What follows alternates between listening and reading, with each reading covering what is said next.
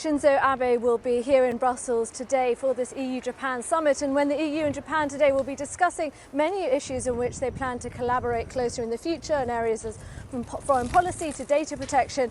I think a main focus today will be trade with a capital T, since Japan and the EU have signed into effect a trade agreement that is the largest in the world between the EU and Japan. This came into effect on the 1st of February this year, so they will no doubt be discussing the early successes of this. The EU certainly seeing this as a positive model for what free, fair and rules-based trade can achieve at a time when the United States is becoming more protectionist in its attitude towards trade.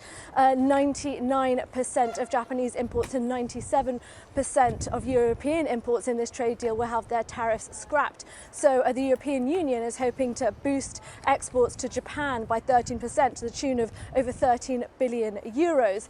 Sticking points could be the future of the World Trade Organization. There are disputes here between Japan and the European Union and also the United States about how much power the WTO should have when it comes to overseeing trade disputes. And another issue is climate change. This trade agreement also sets a precedent in that it includes wording that means that it will adhere to the rules set out in the Paris Climate Change Agreement. And whereas the EU seems to be really committed to this, that Japan seems to be dragging its heels internationally when it comes to sticking to climate change goals. Climate change going to be an issue discussed today and also amongst G20 leaders at the G20 summit in Osaka in late June.